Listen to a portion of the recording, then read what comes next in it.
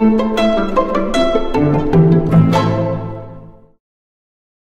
everyone, good morning. So today we are going to start biology class 12, chapter number 15. And the name of the chapter is biodiversity and its conservation. And the topic we are going to continue with is pattern of biodiversity. तो patterns of biodiversity में देखते हैं भाई क्या है. सबसे पहले तो latitudinal gradients. What we'll study about latitudinal gradients. तो भाई इसमें जितने भी factual चीजें आएंगी just pen them down. और मैंने नोट्स में सब दिया हुआ है तो आप नोट्स की PDF डाउनलोड कर सकते हैं. That will be better for you. Even you can get a copy of it. Print out ले लेना आप उसका, तो वो ज़्यादा अच्छा रहेगा. हार्ड कॉपी क्या है, अच्छी रहती है. क्या बार बार स्क्रीन से एक तो पूरा दिन आप पढ़ो भी स्क्रीन पे, आफ्टरवर्ड्स आप नोट्स भी लर्न करो एग्जाम के टाइम या फिर नॉर्मली आपको जैसे रिवाइज करना है चैप्टर, तो उस टाइम भी अगर हम लोग कॉन्स्टेंटली स्क्रीन पे तो थोड़ी प्रॉब्लम आती है ना. तो आंखों में थोड़ा हार्म होने का प्रॉब्लम है. तो आप लोग उसका प्रिंट आउट निकलवा सकते हैं नोट्स का. That will be better. ठीक है. तो सारा फैक्चुअल जो जो दिया हुआ है इस चैप्टर में, जितने भी फैक्चुअल जो भी डेटा है सब आपके सामने नोट्स में आपको मिल जाएगा. और नोट्स का PDF का लिंक कहाँ मिलता है, डिस्क्रिप्शन में. ठीक है ना. हर वीडियो के डिस्क्रिप्शन में आपको नोट्स के PDF का लिंक मिलेगा. Okay, so will start. The diversity of plants and animals is not uniform through out the world but shows rather uneven distribution. तो डाइवर्सिटी में डिस्ट्रीब्यूशन जो है डाइवर्सिटी का वो कांस्टेंट तो है नहीं, चेंज होते रहता है. ठीक है, it's not constant. For many groups of animals and plants there are interesting patterns of diversity. तो अलग अलग पैटर्न्स देखने को मिलते हैं डाइवर्सिटी के. The most well non being the latitudinal gradient. तो लैटिट्यूडनल ग्रेडियंट में जो डाइवर्सिटी का पैटर्न, जिस हिसाब से डाइवर्सिटी का डिस्ट्रीब्यूशन है, वो सबसे ज़्यादा जाना जाता है या फिर काफ़ी वेल नोन है. ठीक है. So in general, species diversity decreases as we move from equator towards the pole. जैसे हम इक्वेटर से पोल की तरफ चलना स्टार्ट करते हैं तो डाइवर्सिटी क्या होती है, डिक्रीज होती है. स्पीशीज की डाइवर्सिटी में डिक्रीमेंट देखने को मिलता है विद वेरी फ्यू एक्सेप्शंस. कुछ एक्सेप्शंस कहाँ पे मिलती है, वो एक्सेप्शंस भी ट्रॉपिक्स में. हमें पता है ट्रॉपिक्स में डाइवर्सिटी ज़्यादा रहती है. क्यों रहती है ट्रॉपिक्स में डाइवर्सिटी ज़्यादा, इसी में आपको आगे बताया जाएगा. ठीक है. सिर्फ ट्रॉपिक्स ही कुछ एक्सेप्शंस बनते हैं. जिस टाइम हम इक्वेटर से पोल्स की तरफ मूव कर रहे हैं तो वहाँ पे डाइवर्सिटी में चेंज आ गया. तो वो एक्सेप्शंस कौन कौन रही, ट्रॉपिक्स की वजह से. Otherwise diversity decreases from equator towards the pole. Okay. Next is so latitudinal range of 23.5 degree north to 23.5 degree south harbor more species than the temperate or polar areas. तो जो tropics हैं वो ज़्यादा species रहती हैं, वहाँ पे ज़्यादा स्पीशीज हार्बर करता है एज कम्पेयर टू टेम्परेट या फिर पोलर एरियाज. ठीक है. Colombia located near the equator. Equator के पास लोकेटेड है कोलंबिया, जिस वहाँ पे कितनी स्पीशीज मिल रही है, 1400 स्पीशीज ऑफ बर्ड्स. वहीं न्यूयॉर्क जो कि 41 डिग्री नॉर्थ पे प्रेजेंट है, उसमें वहाँ पे कितनी स्पीशीज मिल रही है, 105 species. And Greenland that is 71 degree north has 56 species. तो क्या देखने को मिल रहा है, 1400 फिर 105 फिर 56. ठीक है. तो ये क्या हो रहा है, हम लोग जैसे जैसे इक्वेटर से मूव करते जा रहे हैं टुवर्ड्स द पोल, वैसे वैसे जो स्पीशीज की डाइवर्सिटी है उसमें डिक्रीमेंट देखने को मिल रहा है. India with much of its land area in tropical latitude has more than 1200 species of birds. क्योंकि इंडिया का ज़्यादातर लैंड एरिया इक्वेटर रीजन में है, इस वजह से वहाँ पे 1200 स्पीशीज बर्ड्स की देखने को मिलती हैं. ठीक है. तो ये एक्सेप्शन हो गई, इंडिया एक एक्सेप्शन हो गया क्योंकि इसका ज़्यादातर लैंड एरिया कहाँ आ गया, ट्रॉपिकल रीजन में, इस वजह से यहाँ पे इतनी स्पीशीज देखने को मिल रही हैं. A forest in a tropical region like Ecuador. Ecuador जो है वो एक फॉरेस्ट है जहाँ जो कहाँ पे प्रेजेंट है, ट्रॉपिकल रीजन में प्रेजेंट है. ठीक है. तो forest in a tropical region like Ecuador has up to 10 times as many species of vascular plants as a forest equal area in a temperate region like Midwest of USA. तो ये line क्या कहना चाह रही है, ये कहना चाहती है कि एक ट्रॉपिकल रीजन में फॉरेस्ट जैसे कि इक्वाडोर, उसमें 10 टाइम्स स्पीशीज ज़्यादा हैं वेस्कुलर प्लांट्स की एज कम्पेयर टू उतनी ही एरिया का फॉरेस्ट अगर हम लोग टेम्परेट रीजन में ले लें, जैसे कि Midwest of USA temperate region है और इक्वाडोर इसमें कौन से रीजन में आता है, ट्रॉपिकल रीजन में आता है, ठीक है। तो यहाँ पे इस जैसे मान लीजिए कि कोई 5 फुट का एरिया है, ठीक है, ट्रॉपिक के 5 फुट का एरिया और टेम्परेट के 5 फुट का एरिया, तो ट्रॉपिक के 5 फुट के एरिया में 10 गुना स्पीशीज ज़्यादा मिलेंगी एज कम्पेयर टू टेम्परेट, ठीक है। ये सिंपली ये समझाना चाह रहा है कि जितना एरिया हम लोग ट्रॉपिकल रीजन के किसी फॉरेस्ट का लेंगे जैसे कि इक्वाडोर का, उतना ही एरिया का अगर हम लोग दूसरा फॉरेस्ट लें मिडवेस्ट ऑफ यूएसए का, तो वहाँ पे जितनी स्पीशीज है मिडवेस्ट ऑफ यूएसए के फॉरेस्ट में, उससे 10 गुना ज़्यादा स्पीशीज आपको इस इतने से एरिया में मिल जाएंगे। इसका मतलब ट्रॉपिक्स में स्पीशीज का नंबर, स्पीशीज की डाइवर्सिटी ज़्यादा देखने को मिलती है। और कौन से as many species of vascular plants की स्पीशीज है, यहाँ पे किसका एग्जाम्पल दिया गया, वेस्कुलर प्लांट्स की, ठीक है। The largely tropical Amazonian forest, Amazon जो फॉरेस्ट है सबसे बड़ा फॉरेस्ट बोलते हैं इसको, ट्रॉपिकल फॉरेस्ट है, लंग्स ऑफ प्लेनेट, इसको प्लेनेट का लंग भी बोला जाता है। लंग्स क्यों बोले जाते हैं इस फॉरेस्ट को, क्योंकि एक तरह जैसे हमारे लंग्स किस में हेल्प करते हैं, सांस लेने में, रेस्पिरेशन में, जो कि बहुत मोस्ट इंपॉर्टेंट प्रोसेस है ना, हमें सस्टेन करने के लिए, हमें लाइफ को सर्वाइवल के लिए सबसे इम्पॉर्टेंट है, वैसे ही ये फॉरेस्ट बहुत इंपॉर्टेंट है अर्थ के लिए। तो ये लार्जेस्ट ट्रॉपिकल फॉरेस्ट कह सकते हैं। तो largely tropical Amazonian forest, rain forest इन साउथ अमेरिका में प्रेजेंट है forest, has the greatest biodiversity on earth, पूरे अर्थ पे सबसे ज्यादा बायोडाइवर्सिटी इसी फॉरेस्ट में देखने को मिलती है। Thus it is also known as, this forest are also known as lungs of the planet, right. So it is home to more than 40,000 species of plants, यहाँ पे 40,000 तरह की प्लांट्स की स्पीशीज, नोट डाउन दैम और remember them, अपने दिमाग में pen down कर लीजिए इन चीज को, कॉपी में तो होती नहीं, दिमाग में एकदम रिवाइज हो जानी चाहिए, अच्छे से रट जानी चाहिए। मतलब 40,000 स्पीशीज प्लांट्स की, 3,000 species of fishes, 1300 species of birds, 427 of mammals, 427 of amphibians and 378 of reptiles, and of more than 1,25,000 species of invertebrates की डेटा, ठीक है। अमेजन फॉरेस्ट का डेटा है, tropical rain forest, Amazon forest largest forest south America में है, जिसको वो जिसमें सबसे ज़्यादा हाईएस्ट बायोडाइवर्सिटी अर्थ पे सबसे ज़्यादा इसी फॉरेस्ट में प्रेजेंट है, ठीक है। 40,000 प्लांट्स की स्पीशीज हैं, 1300 बर्ड्स की स्पीशीज हैं, 3,000 फिशेज की स्पीशीज हैं, 427 एम्फीबियंस की, मैमल्स की, 378 रेप्टाइल्स की, and 1 lakh more than 1,25,000 species of invertebrates. Okay,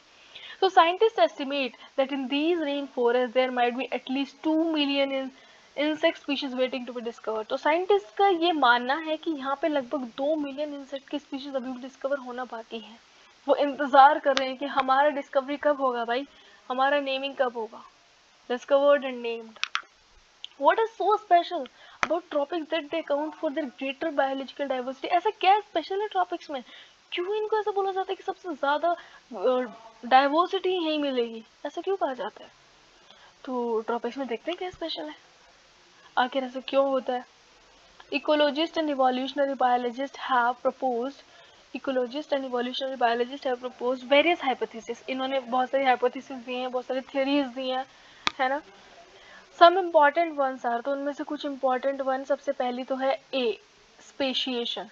Speciation क्या कहता है, is generally a function of time. Unlike temperate regions subjected to frequent glaciations in past, tropical latitudes have remained relatively undisturbed for millions of years and thus had a long evolutionary time for species diversification. इसका मतलब ये है कि जैसे कि temperate forest में regular frequent आना जाना ग्लेसिएशन यानी कि चेंजेस आते रहते हैं टेम्परेट रीजन्स में, उसी तरीके से ट्रॉपिक्स रीजन में ऐसे चेंजेस नहीं आते हैं। ट्रॉपिक्स काफ़ी सालों तक, काफ़ी टाइम तक अनडिस्टर्ब रहते हैं, उनको कोई डिस्टर्ब नहीं करता, मिलियंस ऑफ ईयर्स तक ही अनडिस्टर्ब रहते हैं। यही रीज़न है कि वहाँ पे इवोल्यूशन का टाइम ज़्यादा मिल जाता है वहाँ की स्पीशीज़ को, ताकि वो डाइवर्सिफिकेशन यानी कि डाइवर्स तरीके से फैल सके, फ्लरिश कर सके, तो वहाँ पे डाइवर्सिफिकेशन इसलिए ज़्यादा मिलता है। तो पहला रीज़न सबसे ज़्यादा बायोलॉजिकल डाइवर्सिटी फॉरेस्ट में रीज़न सबसे पहला क्या है, स्पेसिएशन, ठीक है भाई। सबसे पहला रीज़न है स्पेसिएशन, कि फॉरेस्ट में सबसे ट्रॉपिकल फॉरेस्ट में डाइवर्सिटी का रीज़न क्या है, speciation. Next is tropical environment, दूसरा जो रीज़न है वो है tropical environments unlike temperate ones are less seasonal, relatively more constant and unpredictable. Tropical environments कैसे होते हैं, सीजन, उनमें सीजन में वेरिएशन कम आता है। ट्रॉपिकल जो फॉरेस्ट होते हैं, ट्रॉपिकल जो एरियाज होते हैं वहाँ पे सीजन में वो चेंजेस कम आते हैं, less seasonal variations and relatively more constant and predictable. ज़्यादा कांस्टेंट रहता है वहाँ का एनवायरनमेंट, और इसीलिए उस वहाँ पे प्रेडिक्ट किया जा सकता है कि यहाँ पे कुछ चेंजेस आएंगे, डाइवर्सिटी और बढ़ेगी। ठीक है, जितना कम वेरिएशन होगा उतना स्पीशीज आराम से फ्लरिश कर पाएंगे। जैसे जैसे सीजन्स में वेरिएशन आता है, स्पीशीज को कॉप करने के लिए, मैनेज करने के लिए अलग अलग अपनाने पड़ते हैं, अलग अलग बिहेवियर शो करना पड़ते हैं। यहाँ पर स्पीशीज को जैसे वो कॉन्स्टेंटली रह रही थी वैसे ही रहेंगी, तो उनमें उनको ज़्यादा प्रॉब्लम नहीं आती, ज़्यादा एनवायरनमेंट से कॉप नहीं करना पड़ता, फाइट नहीं करना पड़ता। इस वजह से स्पीशीज एक कॉन्स्टेंटली फेज में चलती रहती है, और कॉन्स्टेंट फेज के चलने की वजह से हम लोग प्रेडिक्ट कर सकते हैं कि उनका एक फ्यूचर प्रेडिक्ट किया जा सकता है कि हाँ भाई इतनी डाइवर्सिटी बढ़ जाएगी। क्यों? क्योंकि वो काफ़ी टाइम तक अनडिस्टर्ब्ड रहती हैं, वहाँ पे सीजन के भी इतने वेरिएशंस नहीं आते कि उनको बार बार अपना बिहेवियर चेंज करना पड़े, बिहेवियर कुछ रिस्पॉन्स दिखाना पड़े। ठीक है, तो उनकी सारी एनर्जी जो है वो बस डाइवर्सिटी बढ़ाने में ही रहती है। सच कॉन्स्टेंट एनवायरमेंट्स प्रमोट निश स्पेशलाइजेशन, और इन कॉन्स्टेंट एनवायरमेंट की वजह से वहाँ पर निश स्पेशलाइजेशन, यानी कि हर एक स्पीशीज का अपना एक निश स्पेशलाइज हो जाता है, निश फॉर्म हो जाता है, वो उसी में रहती है। ठीक है, and lead to a greater species diversity, इसी वजह से वहाँ पे ज़्यादा स्पीशीज की डाइवर्सिटी है। दो रीजन समझ आए। First is speciation, reason undisturbed for millions of years. ठीक है, second is less seasonal, more constant environment, less seasonal variation. Third is there is more solar energy available in tropics.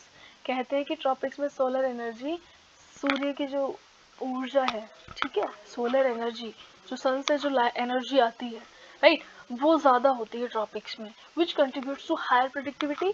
इस वजह से वहाँ पे ज़्यादा प्रोडक्टिविटी होती है, ज़्यादा productivity contribute to indirectly to a greater diversity. जितनी ज़्यादा प्रोडक्टिविटी होगी उतना ज़्यादा डाइवर्सिटी होगी।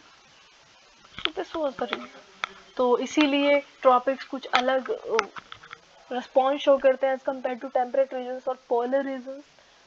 ठीक है, तो क्यों होता है, कैसे होता है, वो सब हमने समझ लिया। तीनों पॉइंट्स बहुत इंपॉर्टेंट है। क्वेश्चन मैनी टाइम्स हम लोग बहुत बार ऐसे क्वेश्चन से टकराते हैं इस चैप्टर के, यहाँ से क्वेश्चन ऑफकोर्स उठ के आएगा, तो याद करने वाली चीज़ है। और ज़्यादा लेंथी भी नहीं है चैप्टर, छोटा सा चैप्टर है, फटाक से हो जाएगा। बस अपना ध्यान बनाए रखें इधर चैप्टर पे। स्पीशीज एरिया रिलेशनशिप, अब इसके बारे में पढ़ते हैं कि भाई स्पीशीज एरिया रिलेशनशिप क्या है, किसके बीच में ग्राफ लोड किया जाता है, कैसे कैसे किया जाता है, वो देखते हैं। During his pioneering and extensive explorations in wilderness of South American jungles, the great German naturalist and geographer Alexander von Humboldt observed that within a region, species richness increased with increasing explored area, but only up to a limit. Pioneer species मतलब शुरुआती species, ठीक है।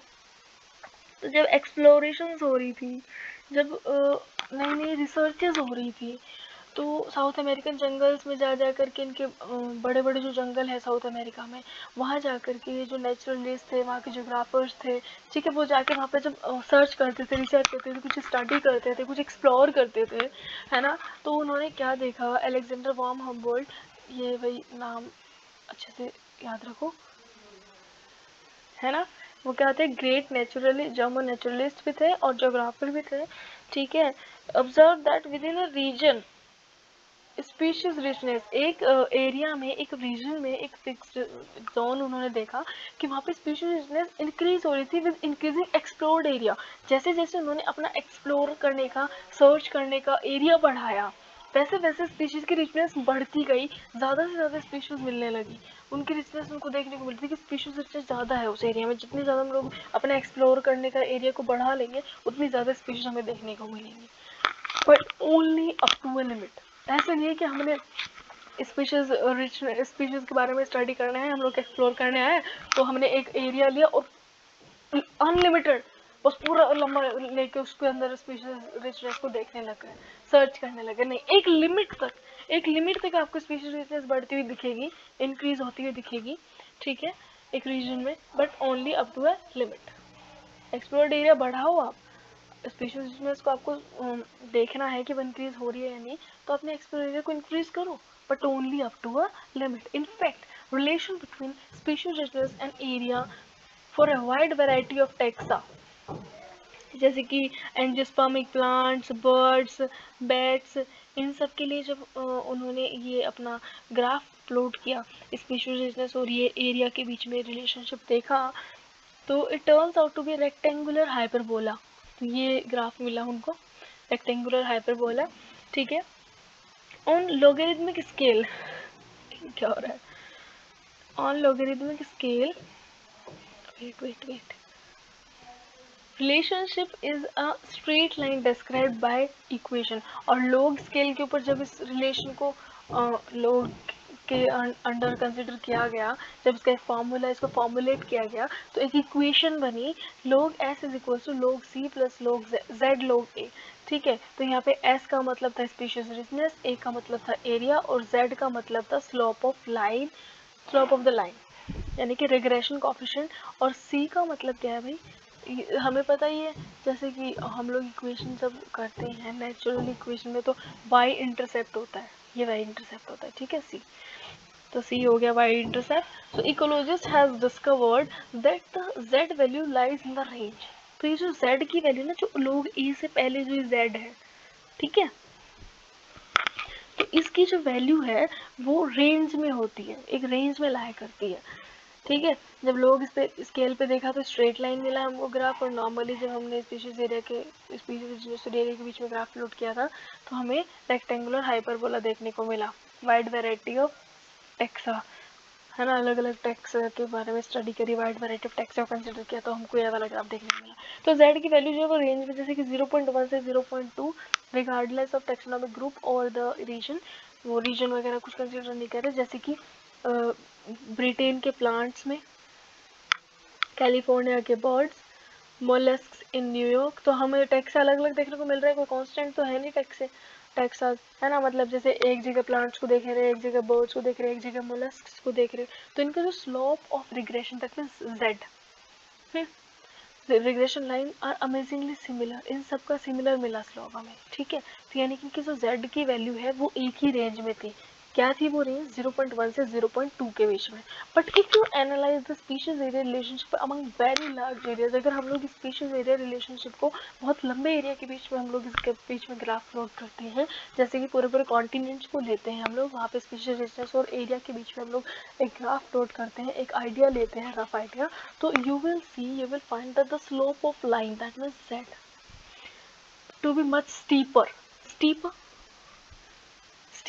ऐसे एकदम एकदम steep, जितना मतलब steep का मतलब तेजी, जैसे स्लोप के ऊपर किसी को बिठा के देखो यहाँ पे, ठीक है, जैसे एक तो इस स्लोप पे आराम से आदमी गिरता हुआ आएगा, एक ऐसा हो तो कितनी तेजी से गिरेगा ना, ये स्टीपर होते जा रहा है, ये स्टीपर हो गया, स्लोप मतलब पहले ऐसे फिर थोड़ा ऐसे, स्टीपर का मतलब वहाँ पे ऊपर की तरफ किसी को बिठा के देखो, जो जितना तेजी से गिरता है आपको फील होगा ना, उसे कहते हैं इतना स्टीपर स्लोप, ठीक है। तो क्या कह रहे हैं यहाँ पे कि जैसे जैसे हम लोग एंटायर कॉन्टिनेंट्स के बीच में देखने लगे, ये ग्राफ को प्लॉट करके एक रफ आइडिया लिया हम लोगों ने, तो हमें देखने को मिला कि ग्राफ जो जेड लाइन है वो स्टीपर होती जा रही है, मच स्टीपर, ठीक है, 0.6 से 0.6 से 1.2 के बीच में लाया करता है जेड का वैल्यू, किसके लिए, एंटायर कॉन्टिनेंट्स के लिए, बड़े बड़े एरियाज के लिए, ठीक है। फॉर एग्जाम्पल फ्रूगिवोरस, यानी कि फ्रूट ईटिंग बर्ड्स, फ्रूगिवोरस मतलब fruit eating birds and mammals in tropical forest of different continents, slope is found to be 1.15।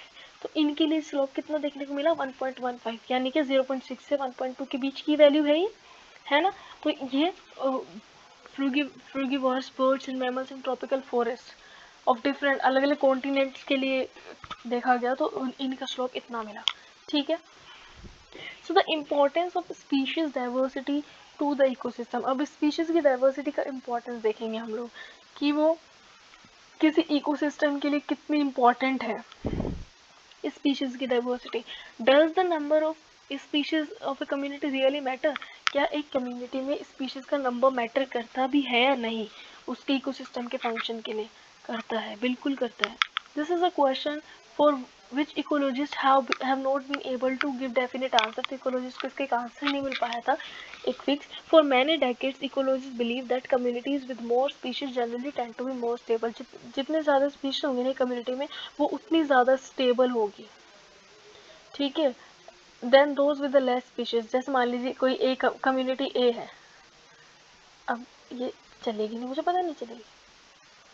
Community ए और कम्युनिटी, चल चल, अरे चल जाओ, मत चल हरामी एक नंबर की पेंसिल. जैसे मान लीजिए दो कम्युनिटीज है हमारे पास, कम्युनिटी ए और कम्युनिटी बी, है ना. तो हमारे पास यहाँ टाइप करती हूँ मैं, एक तो है कम्युनिटी ए, ठीक है, जैसे मान लीजिए वहाँ पे हैं 50 स्पीशीज, और एक है हमारे पास कम्युनिटी बी. ये भाई कोई जस्ट आपको समझाने के लिए, ये कोई ज़्यादा फिक्स, मैं तो बस वैसे ही समझा रही हूँ आपको. वहाँ पे 60, ठीक है. तो कम्युनिटी ए में कितने हैं मेंबर, 50, और कम्युनिटी बी में है 60 मेंबर्स, ठीक है. अब हमको इनका कहने का, इनका मानना क्या था इकोलॉजिस्ट का काफ़ी टाइम तक, ठीक है, कि भाई जिस कम्युनिटी में जितने ज़्यादा मेंबर होंगे उस कम्युनिटी में उतने ज़्यादा स्टेबल होगी वो कम्युनिटी, और जिसमें जितने कम होंगे वो उतनी कम, ठीक है. मेंबर मतलब स्पीशीज, नंबर ऑफ स्पीशीज. तो what exactly stability for a biological community, एक बायोलॉजिकल कम्युनिटी के लिए स्टेबिलिटी का मतलब क्या होता है. A stable community should not show too much variation. एक स्टेबल कम्युनिटी वो होती है जिसमें ज़्यादा वेरिएशंस ना आए. दैट मीन्स फ्रीक्वेंट ग्लेसिएशंस नहीं होने चाहिए. इन productivity from year to year, यानी कि ईयर टू ईयर प्रोडक्टिविटी में ज़्यादा चेंजेस नहीं आने चाहिए, ठीक है. ये सबसे पहला पॉइंट होता है कि स्टेबल कम्युनिटी का, it must be the resistant और रीसाइलेंट टू ओकेजनल डिस्टर्बेंस, यानी कि वहाँ वो या तो उसमें कोई डिस्टर्बेंस आने ना दे, वो कम्युनिटी इतनी रेजिस्टेंट होनी चाहिए, या फिर रीसाइलेंट, या फिर वो एकदम साइलेंट हो जानी चाहिए. एज एन व्हेन आया एकदम जैसे पहले था वैसा ही एनवायरनमेंट क्रिएट हो जाना चाहिए ओकेजनल डिस्टर्बेंस में, ठीक है. नेचुरल हो या फिर मैन मेड हो, वो डिस्टर्बेंस कैसी भी हो सकती है, या तो नेचुरल डिजास्टर, कोई ट्रेजेडी, या फिर कोई मैन मेड ह्यूमंस की वजह से क्रिएट की गई कोई डिस्टर्बेंस हो सकती है. And it must be resistant to invasions by alien species, और उस स्पीशीज में, उस कम्युनिटी में एलियन स्पीशीज, नई स्पीशीज भी ज़्यादा नहीं आनी चाहिए, वो भी ज़्यादा इंटरफेयर नहीं करनी चाहिए, ठीक है. We don't know how these attributes are linked to species richness in the community, but David Tilman long term ecosystem experiment using outdoor plots provide some tentative answers. Tentative answer, तो ये जो David Tillman थे इन्होंने answer दिए थे.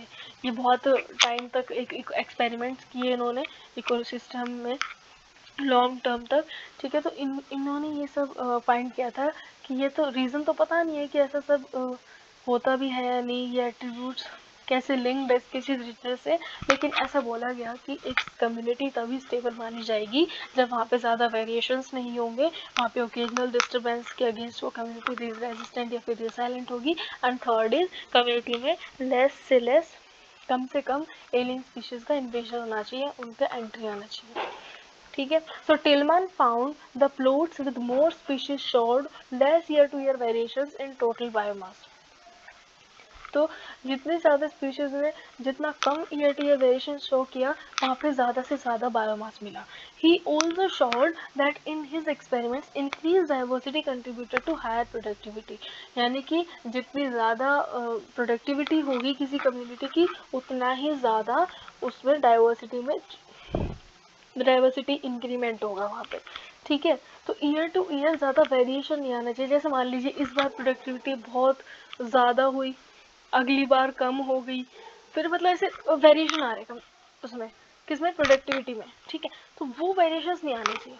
और एक चीज़ और क्या नोटिस की गई कि जितनी ज़्यादा प्रोडक्टिविटी होती है किसी कम्युनिटी की उतना ज़्यादा वहाँ पे डाइवर्सिटी इंक्रीज होता है, ठीक है. और ईयर टू ईयर वेरिएशन जितने कम देखने को मिलते हैं उतना ज़्यादा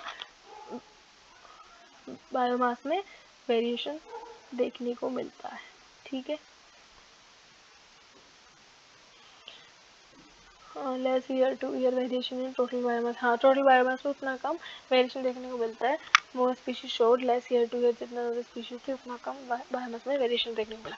next is although we may not understand completely how species richness contributes to well-being of ecosystem, we know enough to realize that rich biodiversity is not only essential for ecosystem health but also essential for very survival of human race. हमारी survival के लिए भी बहुत important है biodiversity का ज़्यादा रहना। ठीक है, इकोसिस्टम में बायोडाइवर्सिटी रिच इकोसिस्टम का होना हमारे सर्वाइवल के लिए भी ज़्यादा अच्छा है। ठीक है, at a time when we are losing species at an alarming pace, जब हम लोग बहुत ज़्यादा स्पीशीज लॉस कर रहे होते हैं, है ना, one might ask, does it really matter to us if few species become extinct? क्या हमारे को कोई प्रॉब्लम होगी अगर कोई, मतलब हमें कोई प्रॉब्लम आएगी, हमें कोई समस्या आएगी हमारे जीवन में अगर कुछ स्पीशीज लुप्त हो जाती हैं, एक्सटिंक्ट हो जाती हैं?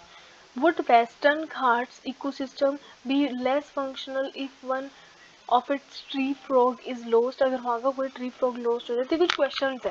ठीक है, ये कुछ क्वेश्चंस किए जा रहे हैं कि अगर मान लीजिए वेस्टर्न घाट का कोई फ्रॉग की स्पीशीज कोई लॉस्ट हो जाती है, बेसिकली खत्म हो जाती है, तो क्या वहाँ पे कोई चेंजेस आएंगे? How is quality of life affected instead of 20,000 we have only 50,000 of ends? तो हमारी लाइफ को क्या होगा, या फिर किसी और स्पीशीज की लाइफ पे क्या असर पड़ेगा? तो चलिए देखते हैं। There is no direct answer to such native questions. इन क्वेश्चंस का कोई डायरेक्ट आंसर तो नहीं है, but we can develop a proper perspective. एक डेवलप किया जा सकता है एक ऐसा पर्सपेक्टिव थ्रू एन एनालॉजी, एक सोच के बेस पे हमारी एक थिंकिंग को थोड़ा सा इम्प्रोवाइज करके, थोड़ा सोच के हम लोग एक ऐसा क्रिएट कर सकते हैं एक स्ट्रक्चर, जिससे कि हम लोग समझ सकते हैं कि हाँ, कैसे जो स्पीशीज़ की डाइवर्सिटी है वो दूसरी स्पीशीज़ के, एक स्पीशीज़ का जो ख़त्म होना, उसकी एक्सटेंशन दूसरी स्पीशीज़ के ऊपर कैसा असर डाल सकती है। हाँ, हम एक थोड़ा सा आइडिया से समझ सकते हैं। तो पॉल एल्ड्रिच ने एक रिवर पॉपर हाइपोथेसिस दिया था, रैबिट हाइपोथेसिस। तो इस हाइपोथेसिस में उन्होंने क्या कहा था, वो एक स्टैनफोर्ड इकोलॉजिस्ट, ठीक है, पॉल एल्ड्रिच। तो ये हाइपोथेसिस थोड़ा सा समझ लेना, ज़्यादा कुछ दिक्कत नहीं आएगी। एक एयरप्लेन है, ठीक है, उस एयरप्लेन को क्या मान लिया, इकोसिस्टम। वो एयरप्लेन एक इकोसिस्टम जैसा है, ठीक है। All the parts join together using thousands of rivets. तो सभी के सभी जो एयरप्लेन के पार्ट्स हैं वो थाउजेंड्स, और राइवर्स का मतलब वो रोड होती है ना लंबी लंबी, हाँ, तो उनसे जुड़ा हुआ है वो एयरप्लेन, है ना। ये एयरप्लेन है भैया,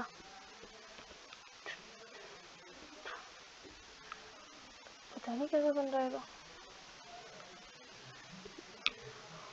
जैसा भी बनता है ना। तो वो एयरप्लेन किसकी तरह एक्ट कर रहा है, एक इकोसिस्टम की तरह, ठीक है। तो अब इसमें ये जितनी भी अंदर सीटें हैं इस एयरप्लेन में, वो सब राइवेट से जुड़ी हुई है ना। राइवेट मतलब लंबी लंबी रोड्स, ठीक है ना, समझ गए। ये हमारा एयरप्लेन और ये हमारा इकोसिस्टम, और भाई इसमें अलग अलग पार्ट्स अलग अलग राइवेट से जुड़े हुए हैं, थाउजेंड्स ऑफ राइवेट से, इसमें बहुत सारी राइवेट्स हैं, ठीक है, उनसे सब पार्ट्स जुड़े हुए हैं इसके। To crack harm causing a species to become extinct, है ना। क्या बोले, इफ एवरी ट्रैवलिंग पैसेंजर, हर एक जो पैसेंजर उसमें ट्रैवल कर रहा है वो क्या करे, बोले कि हम तो एक एक राइवेट अपने घर पे लेके जाएंगे, तो गलत बात है भाई, ऐसे थोड़ी ले सकते प्लेन का सामान। वो कह रहे हम लेके जाएंगे, चलो ठीक है ले जाओ भाई। तो it may not affect the flight safety, उससे फ्लाइट सेफ्टी में कोई दिक्कत नहीं आएगी, ठीक है। Proper functioning of the ecosystem initially, but as more as rivet, जितनी ज़्यादा राइवर्ट्स निकलती जाएंगी, जैसे जैसे सवारियाँ उतरेंगी, कहेंगे हम लेके जा रहे लेके जा रहे लेके जा रहे, ठीक है, तो फिर प्लेन की सेफ्टी में धीरे धीरे प्रॉपर फंक्शनिंग में, उस इकोसिस्टम की प्रॉपर फंक्शनिंग में प्रॉब्लम्स आने लगेंगी। तो जैसे जैसे राइवर्ट्स निकलती जाएंगी एयरप्लेन से, वैसे वैसे उसकी सेफ्टी में सेफ्टी जो है वो कम होती जाएगी, ठीक है, वो उसकी फ्लाइट की सेफ्टी वैसे वैसे कम होती जाएगी, ठीक है, ओके। तो राइवल्स जैसे जैसे निकल रही हैं तो प्लेन की जो फ्लाइट की सेफ्टी है वो वैसे वैसे कम होती जा रही है. So, but as more as rivets are removed, dangerously it will become weak over a period of time और बहुत ज़्यादा weak हो जाएगा plane. Furthermore, which rivet is removed is also critical, is most important, may also be critical, है ना. तो कौन सी rivet remove की गई है वो भी तो एक important चीज़ है, ये भी तो देखना पड़ेगा ना. ठीक है. So loss of rivets from the wings. Wings मतलब जहाँ से वो विंग्स मतलब जो ऊपर की जो पंखुड़ियाँ होती है वहां से अगर राइवेट निकाल ली तो प्लेन तो नॉर्मली फ्लाई किस बेस पे कर रहा है, विंग्स की वजह से. ठीक है. तो अब विंग्स की राइवेट जो कि की स्पीशीज की तरह एक्ट करेगी इस इकोसिस्टम के लिए. Plane is the ecosystem and for that ecosystem the key species is the wing the rivets of the that wings. Okay. That drive the major ecosystem function. Key species जो कि क्या करती है, ecosystem के functions को चलाती है, ecosystem को रन करवाती है. मेन की स्पीशीज उसे ही बोलते हैं मेन स्पीशीज. ठीक है. Most important species, master species is obviously more serious threat to flight safety. अगर हमने विंग्स वाली निकाल ली राइवेट तो वो ज़्यादा नुकसान करेगी ना फ्लाइट की सेफ्टी को, उतना ही ज़्यादा खतरे में वही डालेगी. ठीक है. And the loss of rivets from seats.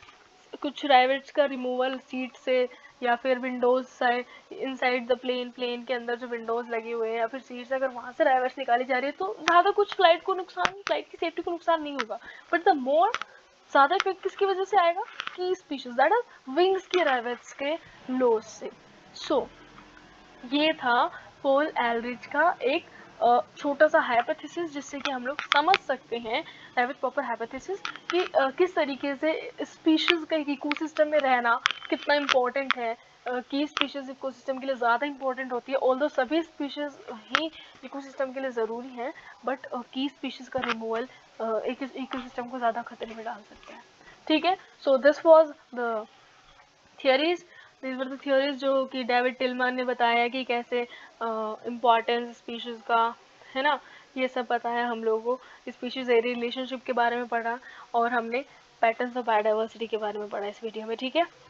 सो इससे नेक्स्ट जो लॉस ऑफ बायोडाइवर्सिटी है उस टॉपिक को हम लोग नेक्स्ट वीडियो में कंटिन्यू करेंगे. सो तब तक के लिए do not forget to hit the subscribe button. Do like share and subscribe the video as much as you can. And notes की पीडीएफ का लिंक आपको डिस्क्रिप्शन में मिल जाएगा, मैं पहले भी बहुत बार बता चुकी हूँ. सो अगर आपको कोई भी डाउट क्वेरी है तो आप लोग नोट वो कमेंट सेक्शन में जाके कमेंट कीजिए. And do not forget to hit the subscribe button. Bell icon को प्रेस करना ना भूलें. वीडियोस को जितना हो सके उतना ज़्यादा शेयर करें. Thank you.